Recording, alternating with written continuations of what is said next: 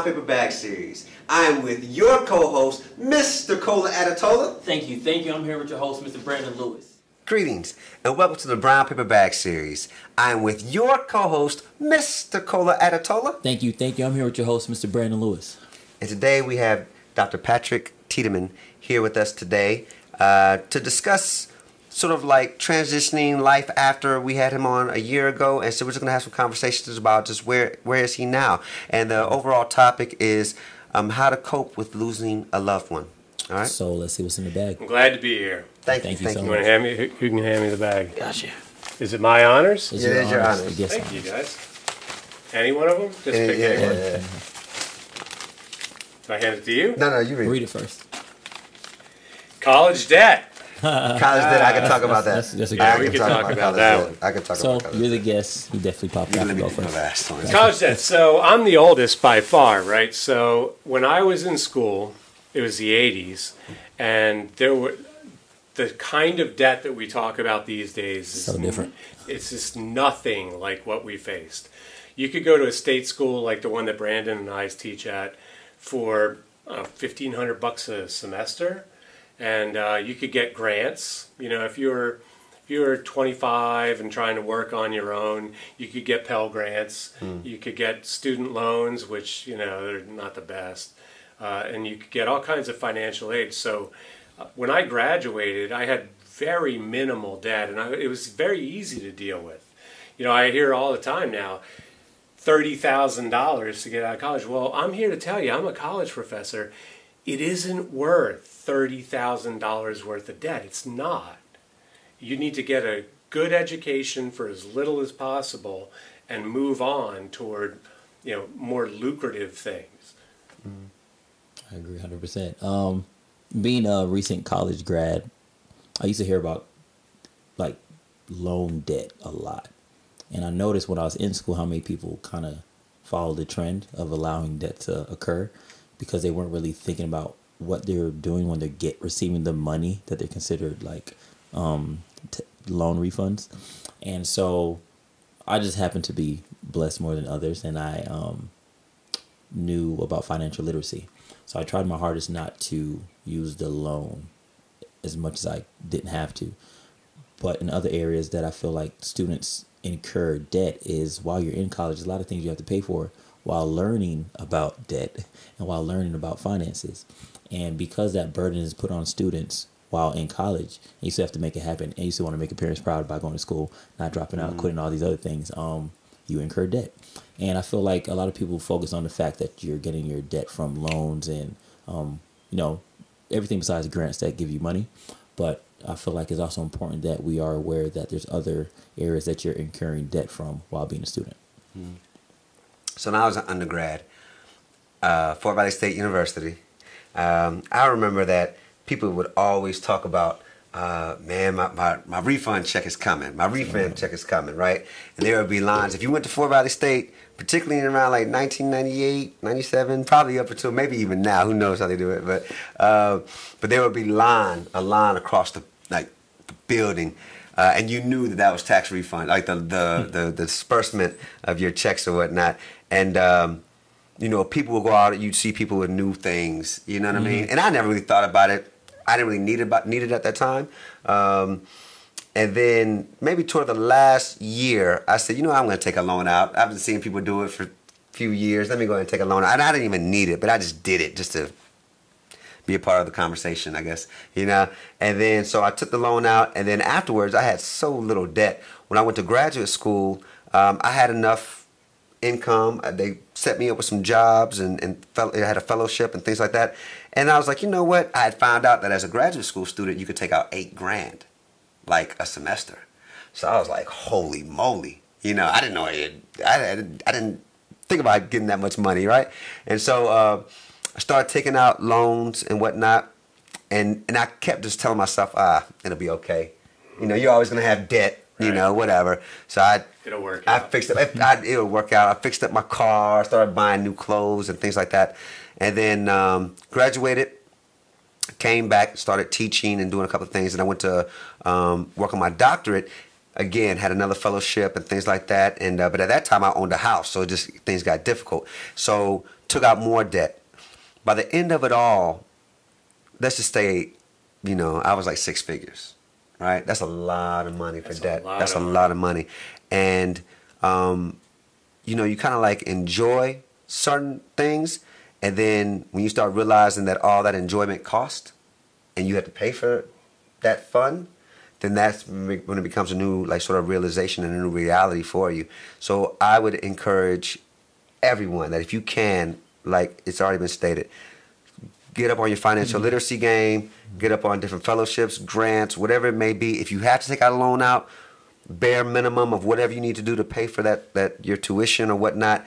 I am the poster child for what not to do. All right, because now I'm paying for things, and and if you look at it, I mean, you read the news or whatever. Some of the people are so in debt they can't even afford a house, or they can't afford other things that they may want to do because they have so many other obligations, just paying back what they did to get to the college. So it's like, you're doing all this stuff to get a college degree and to get an education, and at the end of it, you can't even enjoy it because you're paying for going through that process of getting the college degree. Right. So do your best to avoid it. That's the best that I can say. This Brandon Lewis quote, do not do it. All right, try your best not to. Don't do it. School's not worth it, like my man said. All right, thank you everyone for giving their insight on student debt. Again, we have Dr. John Patrick Tiedemann here with us. And we also have, for the first time, you may see her sort of coming in and out, our first four-legged animal, Emma the dog, who's a very beautiful and beloved pet of Dr. Tiedemann. So we're going to begin with our first question. Yes, so Mr. Tiedemann, welcome back. Thank you. Welcome back. I would like to start off by asking, I feel like it's such a general cliche question, but how has it been since the last time we spoke? I'll let you soak that in and emit what area you want to start with. Well, when you lose a spouse or someone really significant in your life, you don't know how to do it, right? You've never done it before, and there's nobody to tell you how to do it because there is no right way to, to experience it or to manage with it. I think it's been. I'm happy with how it's gone. There's a lot of unexpected about it. There's a lot of learning experiences that maybe we can chat about. But overall, life has been okay, and you need to move on, and you need to live your life, and honor your spouse by continuing your life and doing well. I think that's important.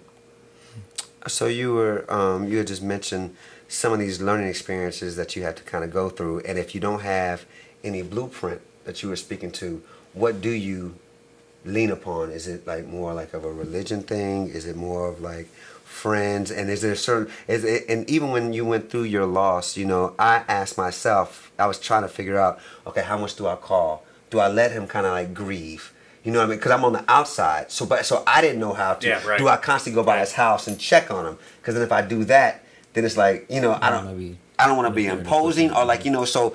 Yeah, I do have advice for people on that score. Don't hold back. I think that's very common that people are concerned about bringing it up or calling too much. The person who's living in grief and the loss, you're not reminding them, right? They're living it right now. So if you call to talk to them about how they're doing right now, that's where they are already. Does that make sense? So you don't need to be worried about reminding them of it or doing it too much because they're living it constantly. So I think one really good word of advice, one way that I learned how to to deal with it is to want to talk to friends, to want to to communicate about the life of my wife and the loss of my wife, and the loss that my friends went through, there's not it's not like a private thing that shouldn't be talked about. Is maybe a really good way to say it. It's not taboo. It's not very taboo, good. Yes, it's not taboo, and one shouldn't, hold in reserve. I don't know what I should say. Just say what's on your heart, because the person who's going through it is right there. I personally believe I'm constantly reminded by how precious and short life is. And because of that, I try to conduct my life by spending time with people in any way I feel any way possible that I can. If some people don't get that maybe 30 seconds or a minute to express how the day was going. So I ask, how is your day going? But not just a generic, how is your day, but to actually lead on to a conversation to allow a person to express how they're really feeling. And people used to make fun of me in school all the time, like, why do you stop for everybody? And things like that, because I'm saying you don't know how important it is. Someone could be gone tomorrow. Right. So the reason why I bring that up is to ask you, looking back at it, the moments and memories you were able to create and share with your spouse. Of how long? Was it 8 years? We were together for 12 and married for 8. Beautiful. Is there any form of regret? I feel like it's cliche as well to say, but that is an excellent question. That's one I spent a lot of time thinking about. So, and this applies, like, there are very few people that will watch this video who have actually lost a significant other, right? Especially in terms of your husband, wife. There were some takeaways that I've experienced that I think are universally applicable to those of us who are still living in our relationships. One of the things that I would tell you is, after you lose the person that you love, you go through their possessions and you see things that you didn't know they owned. And some of them are really beautiful, and you think to yourself, why didn't I... why wasn't I aware that that they had taken the time to to seek this out and to buy it, and as you dig into their life, you think to yourself, I could have been more present and aware of the things that were going on. So to not miss those opportunities that, as you say, Kola, just live for today and be with that person for today. You think you have all kinds of time.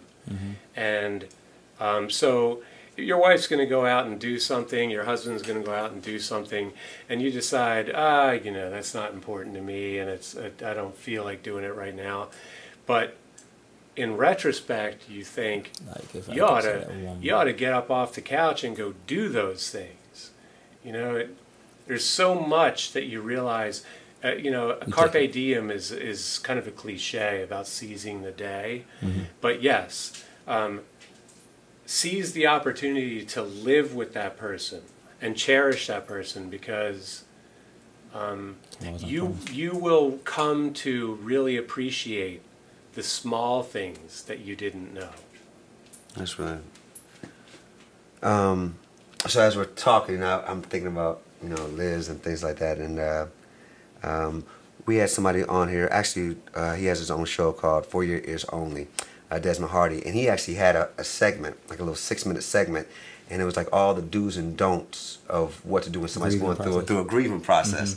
And one of the things that he said is, like, I really wish people would stop saying, I know what you're going through, when they don't know, when they've never had an experience like that, So we had talked a little bit earlier on the first question regarding, like, don't treat it as taboo and things like that. But are there certain don'ts, like certain things that like don't mention? Like, so for example, if I had said, Patrick, I know what you're going through, would that have put you in an awkward space, or would you have understood where I was coming from? Like, are there certain do's and don'ts? I'm kind of going back off what he said. For you specifically. For you specifically, because you can't really speak for everybody, but for you specifically.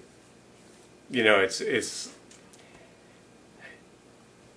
your own position, but then you also know or at least if you have some empathy and some kind of understanding of the other perspective, you know that your friends don't know what to say. So I've always approached it as with a lot of understanding, is nobody knows what to say to me any more than I know what to say to them or how to do this. I mentioned earlier, there is no playbook for any of this, right? So those of us who go through it need to have like an open mind and understanding. But at the same time, advice for friends and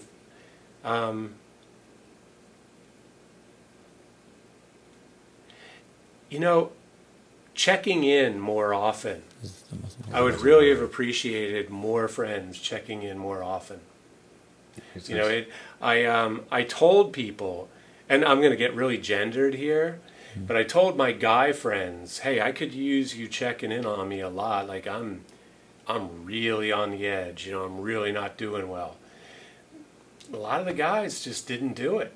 That's not the way men in our culture are raised. To call up emotion, and check on my emotions and stuff.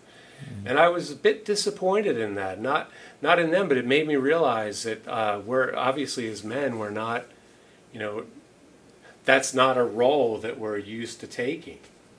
That was one thing I really took away from it. We should all be caring about each other a bit more, checking in. That's the one thing. Okay. I can relate to that. I agree 100%. Man, I feel like so many areas I can ask questions on. Do you feel personally like it's okay to speak on, with your spouse or with your family as a whole, to speak on like an emergency plan for the future, for when significant others may possibly leave early than unexpected? The reason why I ask that is because many people may say it's not good to think that way. It's not good to think like if you're not going to be here tomorrow or if that person in your family died. But I feel like we're caught off guard because we can't, we can't determine how life works for everyone. So we end up without an emergency plan or with depression states and issues and stuff like that. So question for you is, do you feel like it's okay to speak on that while your family's still here and your significant other? That's a good question. It is a good question, and it speaks to a broader issue of none of us want to embrace the idea that we're going to lose someone, that it's a real possibility, that it could even be on the near horizon. So it's much easier to go along with the idea, we have plenty of time, nothing's going to happen, we don't need to plan for that. Let's not think about the negatives, as you're expressing, Kola. And you need to take all that with a big grain of salt to realize we're all on a limited budget. The three of us could go out. I don't want to be morose. We could go out and get hit by a car tonight. We have this illusion that, I fantasize I have 40 more years, right? But we don't know that. And so I think at the right moment in relationships, it's important to embrace the possibility that, life is good, and life, and we hope that we have all this.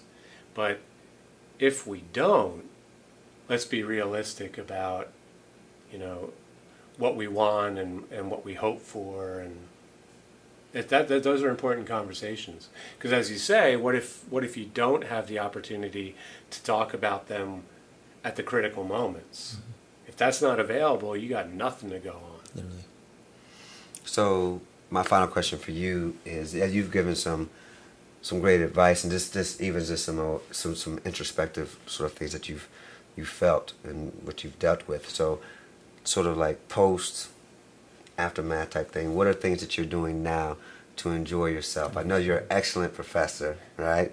I know you also write. I know that you read a lot, and you had a garden, or you do these flowers every year you were talking about before. But what are just things that you just enjoy doing that just is therapeutic for you? Everybody might have something different that they need to sort of get into, if they're experiencing things to kind of take their mind off of it. But what do you do? What are some things that you're enjoying right now with where you I guess there's two aspects of it. To keep the routine of life, the things that you've already developed that feel good, that maybe you and your significant other already were doing. Some of them may be too painful to continue to do because it's just too much of a reminder. But other ones are just the routines of life. Here's Brandon pointed out, my dog is so this is a part of my life that continues. She still needs care. The house is still the house. My life is still my life. I love my job. So you continue to do the routines of life that you've already learned bring you stability and happiness. And then you need to figure out what's going to move your life forward. As difficult as the reality is, you can't hold on to the past. You can't. I think that we all know, either in literature or in our private lives or in film, right? You see these characters who won't let go of the past, and they try to live in that memory and that loss, and that's not going to lead to fulfillment and happiness. So you need to find a way to let the past be the past, to accept the past, and to move into the future. And for me, that's thinking about new relationships, in my case with women, thinking about the possibility of getting married, thinking about new adventures, new things, the things that I've wanted to do. That's another thing. If we're going to be totally frank, when my wife was very sick, we didn't do a lot. I planned a lot of vacations that we didn't do. We had to we bought tickets for things, and we had to sell the tickets because she wasn't healthy enough to do them, and etc. So once the intensity of it begins to fade, it's time to start living again, to do those things that you weren't, to take those vacations, to meet new people, to go out there and start to have new relationships. That's beautiful. All right, so I'd like to thank everyone, but particularly I'd like to thank Dr. Tiedemann for giving his insight in an introspective sort of way about grieving, and moving on after a significant loss, with a spouse or a significant other, or it could be anyone, that you really love and care about and whatnot. So we truly appreciate you sharing that with us. And again, you're an excellent professor, writer, thinker, all these different things, but taking time to come and speak to us about that is going to not only help me and Kola, but it helps our viewers. All right, so we truly appreciate it. We have our last segment to speak on. And so now our last segment we like to call the Creative Corner. And this time or this moment is where you get to advise or recommend anything, maybe a good read, a quote, a book of your own, maybe your own work, or even more advice. We're gonna change the speed and the pace of this one. So I love it. I am going to see a guitar player over the next couple months. His name is Buckethead. If you're unfamiliar with Buckethead, I really recommend, if you like virtuosity on the guitar, Buckethead is your man. The guy, as the name says, wears a Kentucky Fried Chicken bucket on his head, and he wears a Japanese kabuki mask, and he's been speed tested, on you record him and then you run it through a computer. He's one of the top 10 fastest guitar players in the world. Wow. But that's not fast without soul and feel. I don't care. Right. But this guy has he can do all the genres. You'll recognize the things that he does. You'll hear oh, that's he could lead a 70s retro band. Next thing you know, I know you're into Prince. Next thing you know, you'll hear him, You'll hear him do. I was thinking about Van Halen though. When you said the fastest, Van Halen was pretty fast. You don't even you forget about Van Halen after you see this guy rage. Yeah. Oh, wow. So his name is Buckethead. He's touring this this spring, and he is absolutely amazing. Is there a song that you can point us to, or is it yes, more like Soothsayer? Sooth, Soothsayer. Soothsayer. Yeah, it's melodic. It's in the same vein as Stairway to Heaven and Freebird, in that they're crescendo songs that build and build and build until they just start to blaze. Wow. Yeah, Soothsayer by Buckethead. Truly appreciate it. Yeah. So that is the end of our episode. Follow us on Facebook and stay tuned for the next episode of the Brown Paper Bag. Thank you so much. Thank you, Dr. Tiedemann. My pleasure. Oh, what's your shirt? Great pleasure. Oh, are we? I bet you'll vote I bet what? next time. I bet you'll vote next time, hippie. I bet you'll vote George next Bush. time, hippie. George All right. Bush telling people, hey, I should have voted if you didn't want.